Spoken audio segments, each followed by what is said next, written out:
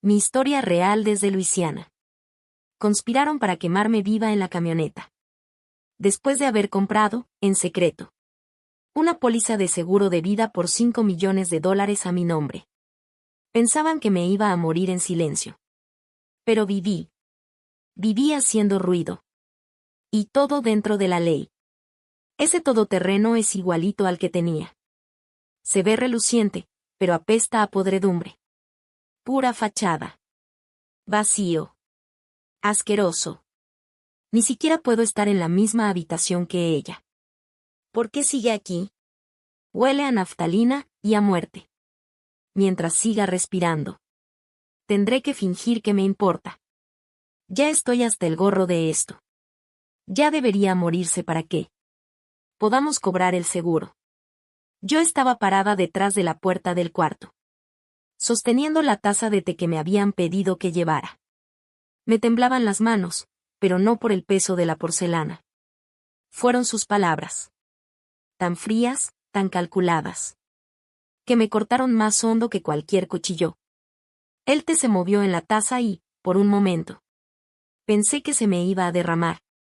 Pero me quedé ahí, congelada. Escuchando. Esa casa, esa habitación, alguna vez fueron mías. Yo elegí el papel tapiz, las cortinas con encaje. Compré la mesa del comedor que todavía está en la cocina. Ahí construimos mi difunto esposo y yo. Nuestra vida desde cero.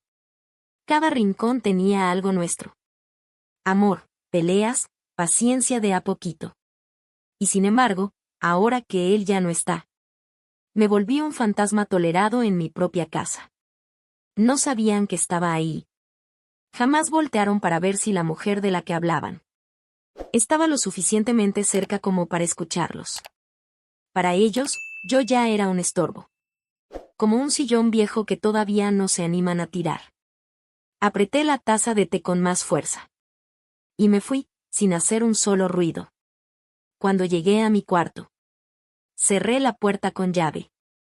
Por primera vez en años. Después de que falleció mi esposo, pasé 4 meses sola. La casa se sentía demasiado callada. Demasiado vacía. Pensé que ese silencio me iba a traer paz. Pero pesaba. Cada cuarto me recordaba a él, a nosotros. A cómo nos reíamos viendo las noticias. Mientras doblábamos la ropa. A cómo bailábamos despacito en la cocina después de cenar. Incluso cuando ya teníamos más de 60. Mi hijo, Robert, me ofreció, o eso creí en ese momento, irme a vivir con él y su esposa, Alicia. Va a ser más fácil para ti, mamá me dijo. Ya no vas a tener que manejar, ni cocinar, ni pagar cuentas. Sonó razonable. Hasta tierno. Me pidió que le transfiriera la escritura de la casa. Nada más para evitar problemas en el futuro. Era mi hijo. Mi único hijo.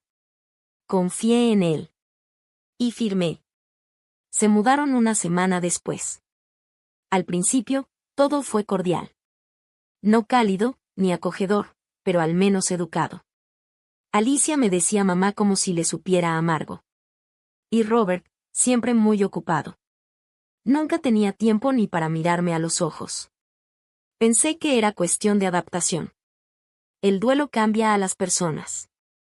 Y yo todavía me despertaba todos los días, esperando escuchar la voz de mi marido. Pero pronto empecé a ver las grietas. Primero, reorganizaron la casa. Guardaron todas mis cosas en cajas. Les pusieron etiquetas de almacenamiento. El sillón reclinable de mi esposo desapareció. Sin que nadie me dijera nada. El piano que yo tocaba cada domingo en la mañana terminó en el garaje. Muy estorboso, dijo Alicia. Me mandaron al cuarto de visitas. Hasta el fondo de la casa. Ese donde ni vista tenía desde la ventana. Y por las noches, me subía una corriente de aire por las piernas. No dije nada. Traté de no estorbar, de ser útil, de no incomodar. Luego empezaron con esos pequeños aislamientos disfrazados de detalles sin importancia. Alicia cocinaba, pero siempre encontraba mi plato ya listo, cubierto con plástico, separado de los suyos. Ellos comían en el comedor, y yo en la cocina, sola. Un día desapareció mi taza de café. Cuando pregunté por ella, Alicia solo dijo, estaba vieja y toda rota. La tiré. Puedes usar las desechables. El baño del final del pasillo, que antes compartíamos, apareció de repente con un letrero pegado que decía en letras rojas y gruesas, solo Robert y Alicia. Tuve que empezar a usar el medio baño de lavadero, el que tenía la puerta que rechinaba cada vez que se abría y un lavabo con el tapón roto. Sacaron mis toallas, también mis cosas de aseo. Incluso Benny, el Golden Retriever que dormía a mis pies desde cachorro, dejó de acercarse. A Alicia no le gustaba que hubiera pelos de perro, así que Benny ya no tenía permitido entrar a mi cuarto. A pesar de todo, yo seguía intentando. Compraba comida, planchaba las camisas de Robert, regaba las plantas. Cuando Alicia se enfermó de gripa, le preparé té. Nunca lo tomó. Y ahora esto. Las palabras que escuché aquella noche no fueron un desliz por estar frustrados. Eran planes. No era solo cansancio, ni fastidio, era entusiasmo. Ganas. Un deseo de verme muerta, por dinero. ¿Seguro? ¿Qué seguro? Mi corazón retumbaba tan fuerte que lo sentía en los oídos. Me senté en la orilla de la cama con la taza de té, ya tibio, aún en la mano, y me quedé viendo la pared. Estaba un poco descolorida por los años de sol. Recordé cuando la pintamos mi esposo y yo, como nos reíamos al darnos cuenta de que habíamos usado el color equivocado. Esa pared era lo único familiar que quedaba en esa casa. Todo lo demás ya no era mío. No estaba segura ahí. No me querían. No me querían. Pero ahora estaba despierta, y no pensaba dejarme morir. 2 días después de haberlos escuchado conspirar, Robert llegó a casa con una sorpresa. «¿Tienes un segundo, mamá?», me dijo con una sonrisa falsa, que no le alcanzaba a los ojos. Alicia venía detrás de él con los brazos cruzados, una sonrisita apretada como de catálogo, pintada como lápiz labial mal aplicado. Lo seguí hasta la entrada. Y ahí estaba, una camioneta gris oscuro, reluciente, limpia. «Es para ti», dijo Robert, moviendo un llavero frente a mí. «Para que puedas moverte con más facilidad, al súper, a la iglesia, a donde quieras. Ya no vas a depender de nosotros». Parpadeé. Me pareció raro. Apenas la semana pasada Alicia había dicho que ya estaba muy grande como para confiar en mí manejando. Y ahora, de pronto, me daban las llaves de un carro nuevo. Estiré la mano con desconfianza, y Robert las dejó caer en mi palma con una expresión que parecía una pequeña victoria. «Es todo tuyo, mamá. Hasta te agregamos a la póliza del seguro. Ya es oficial». Oficial. Esa palabra me cayó como piedra al estómago. Alicia se adelantó y me abrió la puerta del conductor como si me estuviera presentando un premio. La llevamos a detallar y todo, dijo. «Huele a nuevo, ¿verdad?» Y sí, olía a nuevo. El cuero, el tablero todavía con su plástico protector. En el asiento trasero habían puesto una manta suave, doblada con mucho cuidado. Debí haber preguntado. Debí haber sospechado. ¿Por qué, después de meses de indiferencia y comentarios hirientes, ahora actuaban como los hijos que recordaba? Pero no dije nada. Sonreí. Me repetí que quizás se sentían culpables. Que tal vez Robert había recapacitado. Que tal vez Alicia había cambiado. Que quizá, solo quizá, la idea de perderme había despertado algo en ellos. Empezaron a hacer otras cosas también. Robert se ofreció a llevarme a la consulta con el doctor. Alicia regresó de la farmacia con unas pastillas nuevas, diciendo que el médico me había recetado un somnífero suave, para ayudarme a dormir mejor. Nunca había visto ese recetario en mi vida. Ni conocía al doctor que lo firmaba, pero Robert dijo que todo estaba en orden, que solo intentaban ayudarme a descansar mejor. Me invitaron a pasear al parque, ni más ni menos. Alicia empacó una manta y unos bocadillos, y Robert me ayudó a subir a la camioneta como si fuera mi chofer. Nos sentamos junto al agua. Yo, no sé por qué, empecé a contarles cosas que llevaba guardadas por años. Tal vez porque quería que ese momento fuera real.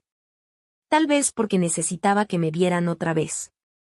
Les hablé de la pequeña aula donde di clases cuando era la señorita Ginebra en la escuela parroquial.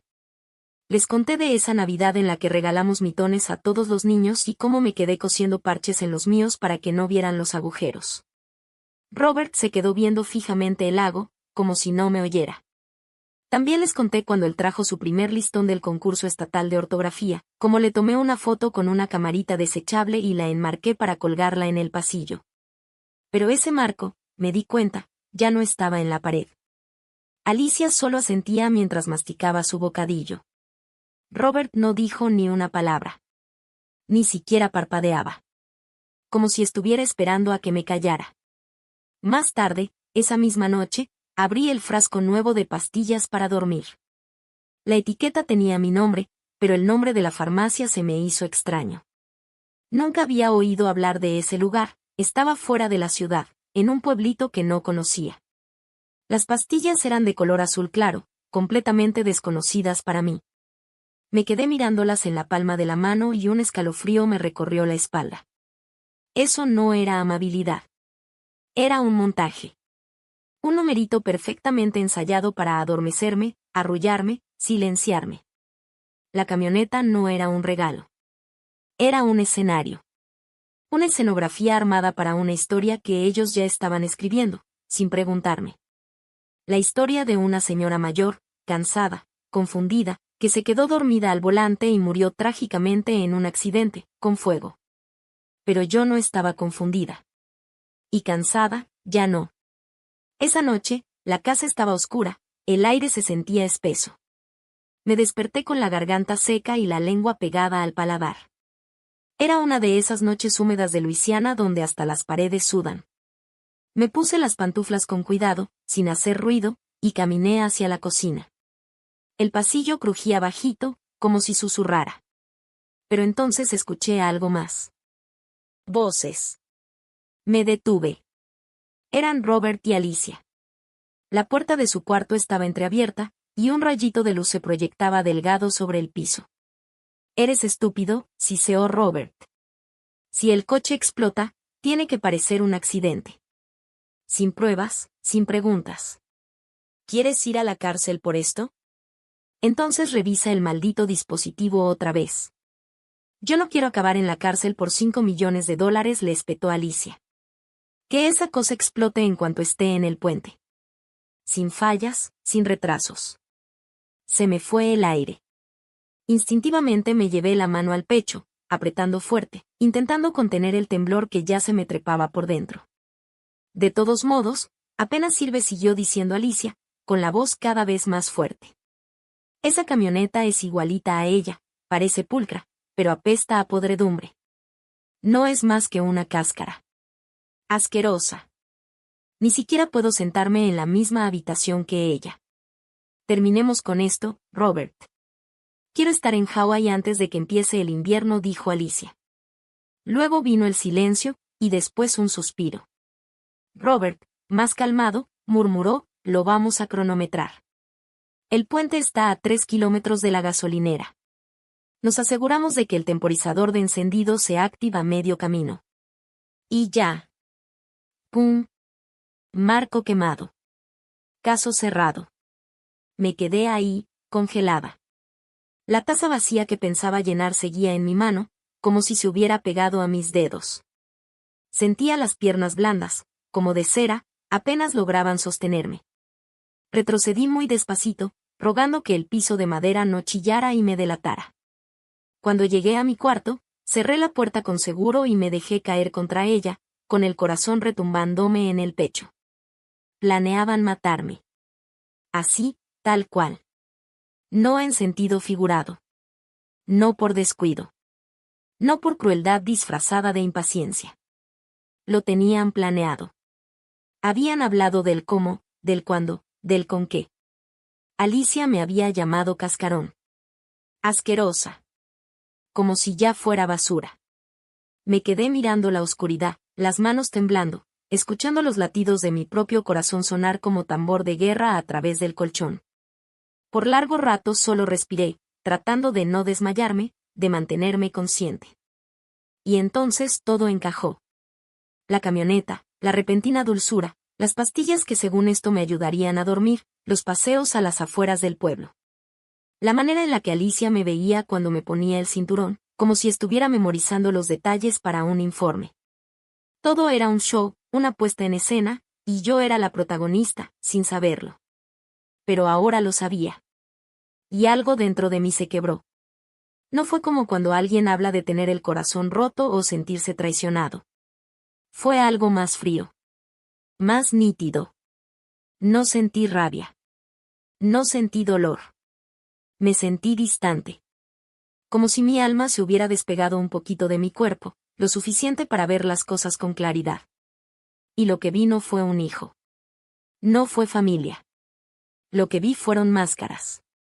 Criaturas con ojos vacíos, envueltas en cariño falso, sonriendo mientras calculaban la distancia hasta el borde del barranco. Me dijeron cascarón, pero los que estaban huecos eran ellos. Miré alrededor de mi cuarto, la lámpara de florecitas que compré en una venta de garaje hace 30 años, la colcha que yo misma cosí punto por punto en esas noches en que no podía dormir desde que murió mi esposo. La foto de Robert de niño, pegada todavía al marco del espejo, con esa sonrisa inocente que ya no existe. ¿Estaba de luto? No. El luto es para el amor. Y aquí ya no quedaba ni tantito. Solo estrategia. Me acosté en la cama, viendo el ventilador girar lento sobre mi cabeza. En mis oídos todavía resonaba la voz de Alicia, solo un cascarón. No sabían que los había escuchado. Y eso fue lo único que me mantuvo viva esa noche. No fue el miedo. No fue la tristeza. Fue saber que todavía tenía tiempo. No mucho, pero sí el suficiente.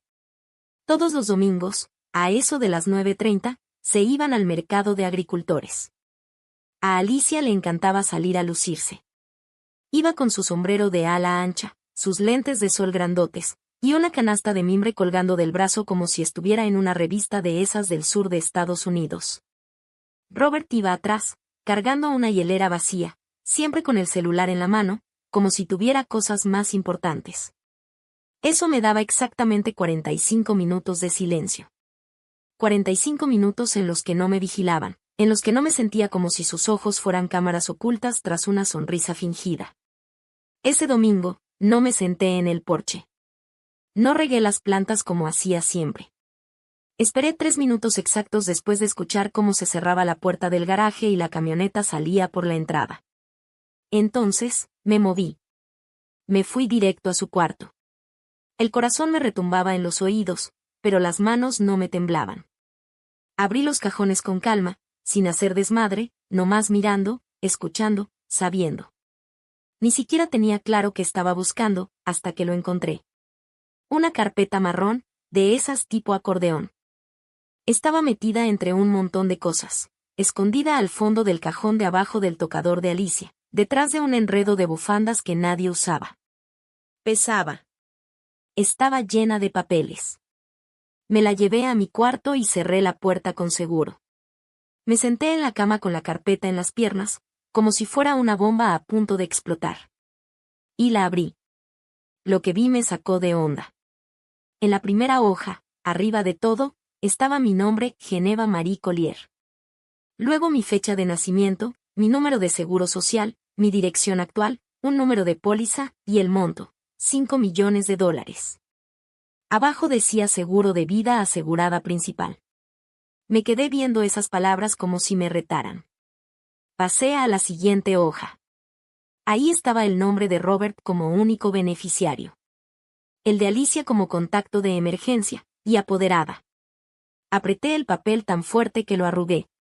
Pero lo que realmente me dejó sin aire fue la firma al final.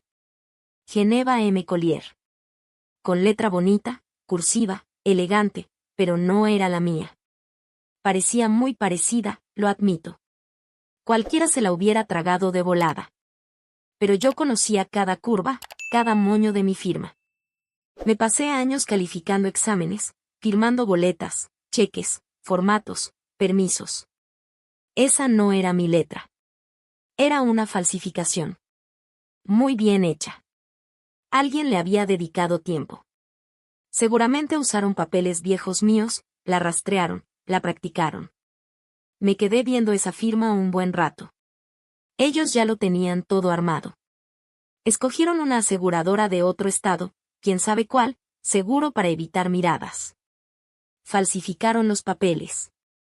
Falsificaron mi consentimiento. Me aseguraron por $5 millones y planearon matarme. Revisé el resto de la carpeta con el cuidado de un cirujano. Había correos entre Alicia y una agente de seguros. Me llamaba nuestra dependiente mayor. Hacía preguntas sobre cláusulas por muerte accidental, si un incendio por una falla mecánica del vehículo aplicaba para indemnización. Incluso pidió trámite urgente porque, según ella, mi salud estaba muy deteriorada. Encontré una nota de Robert para la agente. Por favor, mantenga en confidencialidad todos los contactos. Es una persona mayor y no maneja bien el estrés. Casi me río. ¿Eso pensaba de mí? ¿Qué era una carga con bata? Encontré un recibo de una compra por internet, un temporizador de relé para encendido, hecho a la medida, activado por app. La dirección de entrega, nuestra casa. Nombre del comprador, Alicia. Al fondo de la carpeta había un documento final, una carta de intención, escrita a máquina, sin firmar. Supuestamente era mía. Decía que yo le había pedido a Alicia encargarse de mis cosas, y que le agradecía el regalo de un coche nuevo para ser más independiente. ¡Qué cinismo! ¡Qué precisión! Armaron mi ataúd con papeles, y hasta firmaron mi nombre en la tapa. Me quedé ahí sentada quién sabe cuánto tiempo, viendo el montón de evidencia que tenía en las manos. Pensé en los domingos de carne asada, en los calcetines navideños que le tejía a Robert, en la vez que Alicia dijo que no tenía nada bonito para ir a la iglesia y yo, de tonta, le di el broche de mi mamá. El único recuerdo que me quedaba de ella. Puras mentiras. Toda esa amabilidad, regresó con una puñalada legal. No estaba llorando. Las lágrimas son para el desamor. Esto era otra cosa. Más helado. Más calculado. Esto era guerra. Volví a guardar la carpeta en su lugar, acomodando cada bufanda tal cual como la había encontrado. Cerré el cajón despacio, escuchando el clic suave cuando encajó. Luego regresé a mi cuarto y me senté en la cama. Me miré en el espejo. Vi mis ojos. Cansados, sí, pero ya no nublados. Ya había visto su plan. Ahora les tocaba ver el mío. Saqué mi libreta vieja de contactos. Las hojas estaban todas quebradas, la tinta medio borrada, pero había un número que brincaba como si hubiera estado esperando justo este día. Evelyn Thomas. Abogada. Retirada, sí, pero no fuera de combate. Fue mi mejor amiga en la prepa. Con el tiempo perdimos contacto, como suele pasar, pero cada Navidad nos mandábamos tarjeta, y yo, sin saber por qué, había guardado su número como quien guarda una flor prensada entre páginas. Marqué. Contestó al segundo timbrazo. Evelyn, dije. Respiré hondo. Soy Ginebra. Una pausa. Jenny. Jenny, Dios mío. ¿Cuánto ha pasado? ¿Estás bien? Bajé la vista a la carpeta, todavía caliente en mis manos. No dije. Pero creo que ya estoy lista para estarlo. Y por primera vez en muchísimo tiempo, sentí que algo se asomaba dentro de mí. No era esperanza. Aún no. Pero sí era decisión. Y con eso bastaba. Evelyn Thomas llegó 3 días después. Manejaba ella solita un sedán azul, polvoso, con esas gafas de sol enormes que cubrían medio rostro. Se bajó del coche como si estuviera entrando a un juicio. Llevaba el cabello recogido en un chongo apretado, bien plateado ya, y una chaqueta que ni el calor de Luisiana le arrugó. Era exactamente la mujer que recordaba, firme, tranquila, con ese tipo de presencia que hacía callar a los chavos de un salón sin decir una palabra. Le abrí la puerta. Nos quedamos viendo por un momento. ¿Cuánto tiempo? Dije, casi en susurro. Demasiado, respondió, entrando y abrazándome tan fuerte que sentí que me crujieron las costillas. Olía a menta y libros viejos. No perdimos tiempo en té ni galletas.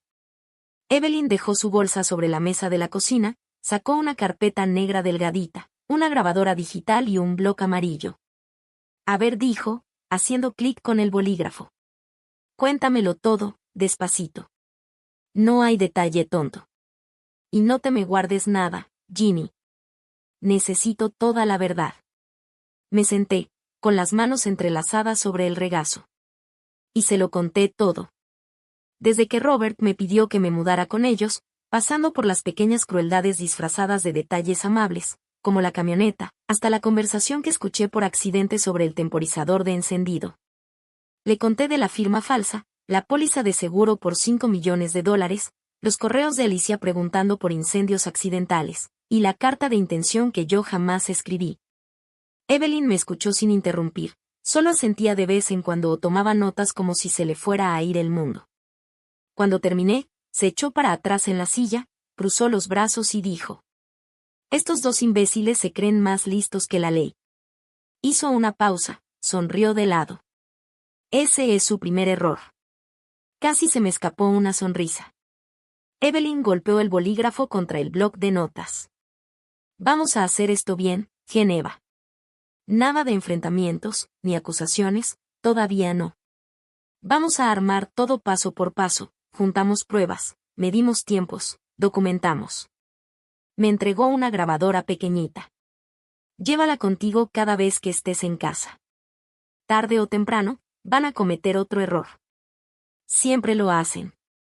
Graba todo. Palabras claras, sin vueltas. Yo me encargo del resto». Esa tarde nos la pasamos escaneando documentos.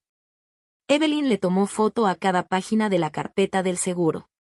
Usó una lupa para comparar mi firma real en cheques y cartas viejas con la falsificada. «Ni se parecen», murmuró. «Esa confianza que tienen, nos va a servir como prueba». Esa noche, fuimos a revisar la camioneta. Evelyn fue cuidadosa, con guantes puestos y cada movimiento calculado. Abrió el cofre, revisó debajo del tablero, y echó un vistazo al maletero. Tomó fotos del cableado junto al encendido. «Esto no es original», dijo, señalando un dispositivo con unos cables raros. «Es una modificación. Seguramente está conectado a algún control externo. Algo barato, pero letal». Sentí como se me hacía un nudo en el estómago. Evelyn lo notó. «No vamos a dejar que se salgan con la suya, Jenny. No mientras yo esté aquí». Ya de regreso dentro, sacó una lista de verificación. «Esto es lo que necesitamos: grabaciones donde hablen claramente de sus intenciones, más rastros digitales. Correos, mensajes de texto, compras de apps, lo que sea. Y un testigo externo, alguien sin relación directa que pueda hablar sobre cómo te trataban. Piensa en vecinos, trabajadores, el del correo, cualquiera que haya visto o escuchado algo». Asentí despacio, mientras mi mente empezaba a repasar rostros y nombres. Evelyn guardó sus cosas mientras el sol se ocultaba detrás de los cipreses. Antes de irse, se giró hacia mí. Me miró con esos mismos ojos que no veía desde hacía años, no como abogada, sino como la amiga que se quedó despierta conmigo toda una noche cuando murió mi papá. Trenzándome el cabello y asegurándome que iba a poder con todo. «No estás sola en esto», me dijo. «Y no estás loca. Esto que están haciendo es un intento de asesinato planeado. Y los vamos a enterrar con sus propios papeles». Me quedé parada en la puerta después de que se fue, con la grabadora en la palma de la mano. Por primera vez en semanas, no me sentía como una víctima. Me sentía como evidencia. 2 días antes de irme, empecé a actuar. Caminaba más lento de lo normal, como si me costara moverme. Dejaba las frases a medias, como si me perdiera en medio del pensamiento. Una vez dejé la tetera al fuego hasta que empezó a chillar como alarma. Alicia entró hecha una furia, y yo me quedé viendo el vapor como si no entendiera qué pasaba. Me miró con esa chispa cruel de satisfacción. «Ya se está apagando», murmuró. «Qué bueno».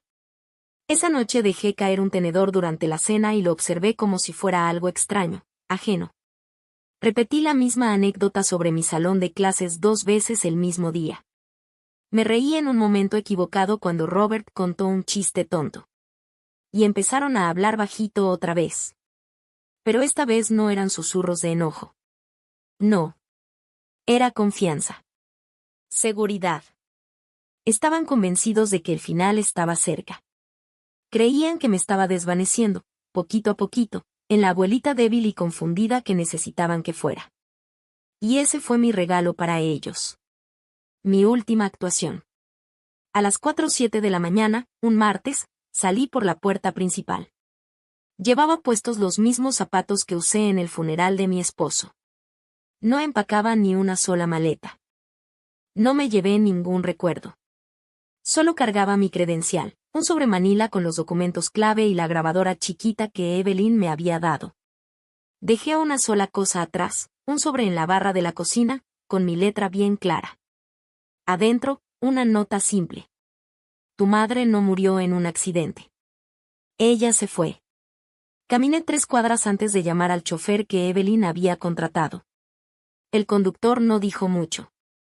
Fue amable, sin preguntas, como si entendiera que una señora mayor con ojos fríos como el invierno no tenía ganas de platicar.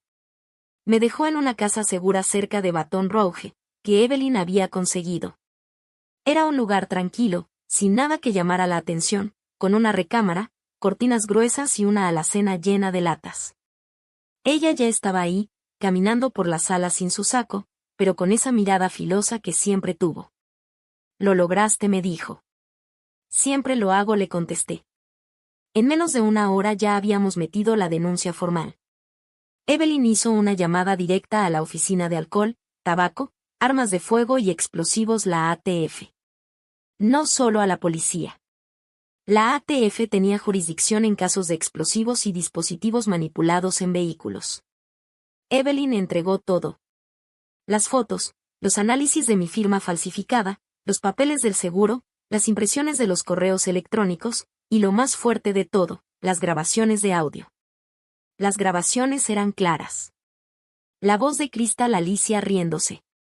Ese todoterreno es igualito a ella, bonito por fuera, podrido por dentro. Y luego la voz de Robert, susurrando. Temporizador listo. Una vez que cruce el puente, ya estuvo. El caso fue clasificado como prioritario. En menos de 48 horas, les asignaron una unidad de investigación federal. 2 agentes se presentaron en la casa fingiendo que investigaban un posible retiro por defecto del vehículo. Alicia los recibió con una sonrisa fingida, todavía en su bata de diseñador. Robert se quedó detrás, con esa actitud de me da igual que también fingía.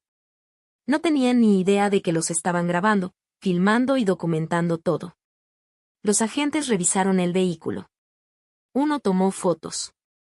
El otro abrió el tablero y sacó un dispositivo raro conectado directo al encendido. Les dijeron que era parte de una inspección de rutina y se fueron en menos de una hora. Esa misma noche, el laboratorio confirmó lo peor. El dispositivo era un relé de combustión. Estaba programado para activarse desde una app personalizada, disponible solo en teléfonos Android con instalación por carga lateral. Rastrearon la app. Se había descargado en un celular Samsung registrado con el apellido de soltera de Alicia.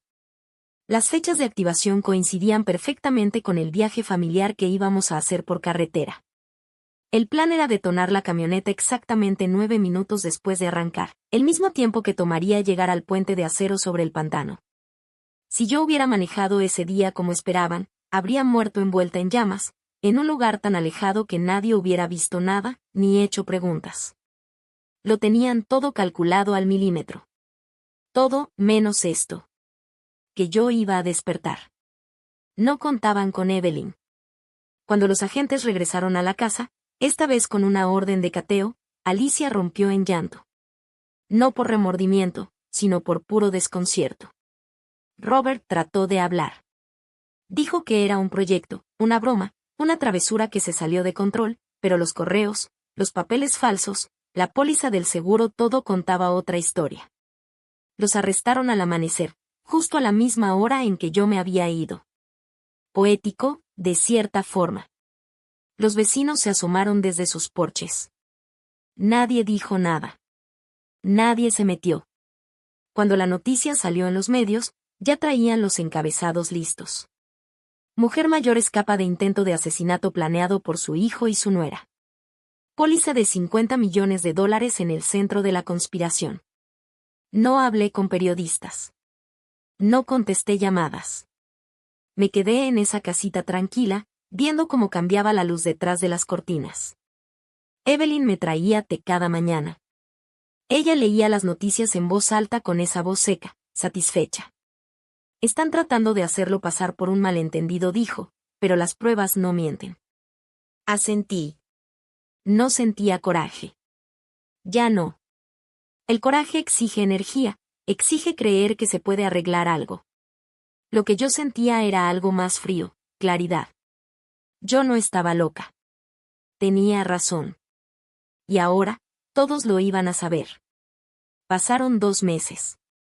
Les levantaron cargos por conspiración para cometer asesinato, fraude de seguros, manipulación de un vehículo con fines de daño, y posesión ilegal de un artefacto destructivo. El arresto apareció en las noticias locales casi de inmediato. Para esa misma tarde, ya era nacional. Pareja de Luisiana acusada de planear la muerte de su madre para cobrar seguro millonario. Salieron fotos del todoterreno, con los cables quemados colgando del volante como si fueran nervios expuestos. Había una foto vieja mía, sacada de un directorio de iglesia. Una foto de fichaje de Robert, mi hijo, aún con la camisa abotonada hasta el cuello, con la cara entre furia y miedo. La de Alicia mostraba su rímel corrido y los ojos vacíos, ya sin esa chispa de soberbia. La fiscalía no perdió el tiempo. Todo lo que Evelyn había reunido era contundente. Documentos, grabaciones, peritajes digitales, el dispositivo, sus propias voces amarrando el lazo de su caída. No había espacio para negar nada. Solo podían tratar de ganar tiempo. Pero el juicio llegó. Me presenté. Me vestí de negro, no por duelo, sino por verdad.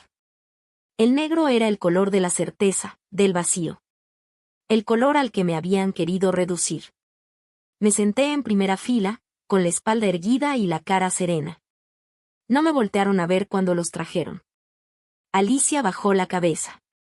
Robert, lo vi, buscaba con la mirada a alguien, a cualquiera, que le ofreciera consuelo. No encontró a nadie. Se veía más delgado, más pálido, como si la culpa lo estuviera carcomiendo por dentro. Pero yo no sentí lástima. No sentí nada.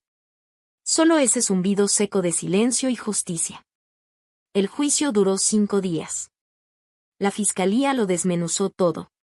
Le mostraron al jurado la póliza, la firma falsa, los correos. Y luego, pusieron las grabaciones completas. La voz de Alicia riéndose, la voz de Robert detallando su línea de tiempo, los registros de las apps, los esquemas del encendido, el código en el teléfono de Alicia. Todo era abrumador. Demasiado completo para ignorarlo. La defensa intentó irse por la intención, no por la acción. Dijeron que todo era teórico, una mala broma, un malentendido entre una pareja estresada que cuidaba a una anciana difícil. Me pintaron como paranoica, inestable, incluso insinuaron que estaba delirando. Hasta que Evelyn se subió al estrado. Ella presentó todo con esa calma quirúrgica suya.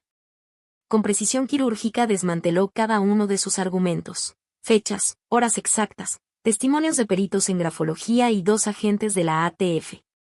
El jurado escuchó las grabaciones. Se oyeron jadeos en la sala. Al 4.º día, Robert pidió la palabra. Se levantó. Se veía ojeroso, la cara demacrada, los ojos brillosos. Miró al jurado, luego me miró a mí. Lo siento, dijo con la voz rota. Fue idea de Alicia. Yo no pensé que llegaría tan lejos. No pensé que en verdad lo haría. Se volvió hacia mí. Mamá, por favor. Tú sabes que yo no te haría daño. Me conoces. Por favor, di algo. Por favor. No le respondí. No en ese momento. Todavía no. El último día, justo antes de los alegatos finales, el juez me preguntó si quería hablar. Me puse de pie. Me dolían las rodillas, pero no me encorvé. Caminé hacia el estrado con paso lento, firme. La sala quedó completamente en silencio. Miré al jurado. Luego a mi hijo. Después a Alicia. Y dije.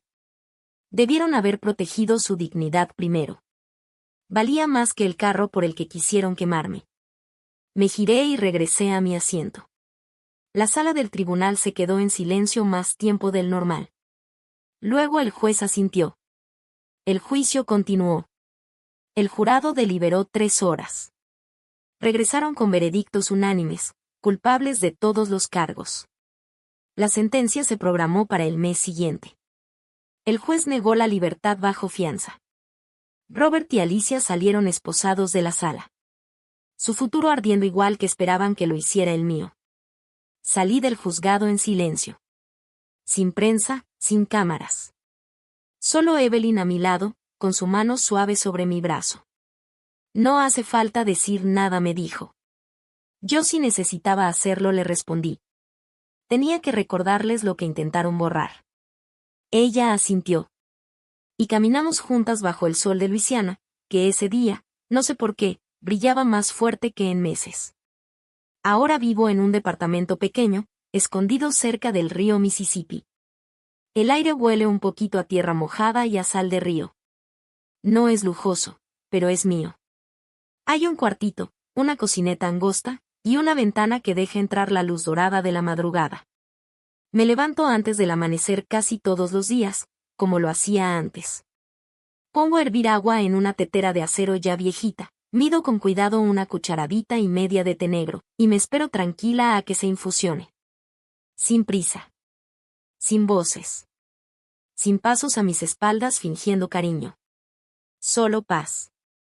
El primer sorbo siempre me quema un poquito. Y me recuerda que sigo aquí. Ya no hay más insultos susurrados detrás de puertas entreabiertas. Ya no más platos fríos olvidados sobre encimeras vacías. Ya no es necesario fingir que no escuchábamos el peso del desprecio. Ahora solo estoy yo, y el silencio. Escribo en un diario de cuero que me regaló Evelyn. Escribo lo que recuerdo. No solo del fuego que intentaron prender, sino de mucho antes. De los años en que mi marido todavía reía. Del aroma a gardenias en primavera. Del peso suave de Robert, dormido sobre mi pecho cuando era bebé. Lo escribo todo porque me niego a que mi historia termine en cenizas. Cada domingo le mando una carta a Evelyn. Cortita, siempre escrita a mano. Le cuento lo que hacen los pájaros, cómo se veía el río al caer la tarde. Le digo que ya volví a hornear y que encontré un nuevo libro favorito.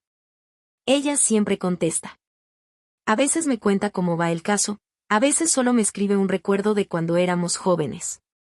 Ya no me acerco a camionetas. Camino a todos lados. Tomo el camión.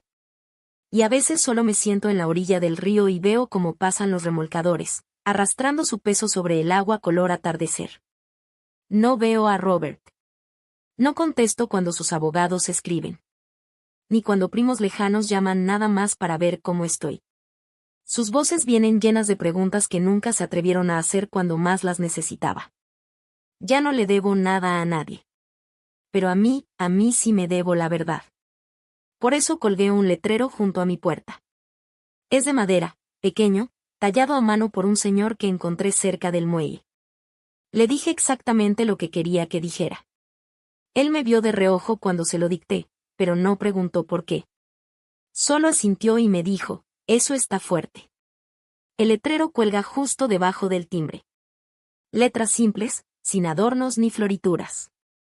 Dice: no morí en esa camioneta, pero sí la mentira que construyeron. A veces la gente se para a leerlo. A veces me preguntan si es de un libro. Yo solo sonrío y digo: todavía no. Y luego cierro la puerta en silencio. En paz. Y vivo. Gracias por acompañarme hasta el final de mi historia. No fue fácil descubrirla. Hay traiciones tan calladas, tan lentas, tan planeadas, que casi ni te das cuenta mientras suceden. Hasta que te ves de pie entre las cenizas de lo que intentaron hacerte. Sosteniendo la prueba de que tu vida nunca les perteneció. Yo lo viví. Viví ese tipo de silencio que te puede matar si no decides escuchar tu propia voz otra vez. Y si estás leyendo esto, quiero que recuerdes algo muy simple, pero muy cierto. Tu historia no se acaba solo porque alguien más diga que sí. A veces, son los hijos que criaste. A quienes alimentaste. A quienes protegiste. Por quienes diste todo. A veces son precisamente ellos los que intentan borrarte. Pero el silencio no es rendirse. Y sobrevivir no es debilidad. Es fuerza. Es memoria. Es justicia, que camina lento, pero nunca olvida. Así que, si tú también sigues aquí. Si esta historia te llegó. Si te recordó algo que llevabas enterrado. O si te hizo sentarte con la espalda un poquito más recta. Entonces te voy a pedir algo. Suscríbete a Historias Verdaderas de Abuelas. Porque aquí es donde las mujeres calladas por fin alzan la voz. Aquí es donde nuestros recuerdos no se tiran por ser demasiado viejos o demasiado tristes. Aquí es donde nuestra verdad cruda, complicada, muchas veces dolorosa se honra. Vas a encontrar más historias aquí. De abuelas y mamás. De esposas y hermanas. De mujeres que fueron ignoradas, subestimadas y silenciadas. Hasta que eligieron hablar. Esto no es un cuento de hadas. Son momentos reales de vidas reales, contados para que ninguna mujer tenga que sentirse invisible nunca más. Así que dale clic al botón de suscribirte, activa las notificaciones, y comparte este video con alguien que necesite escucharlo. Tal vez sea una cuidadora. Tal vez sea una hija. Tal vez seas tú. Porque en este mundo hay demasiado ruido, y muy poca escucha. Y cuando una abuela por fin decide hablar, vas a querer escuchar cada palabra. Gracias por estar aquí. Gracias por creer que nuestras historias aún valen. Porque no hemos terminado. Ni tantito.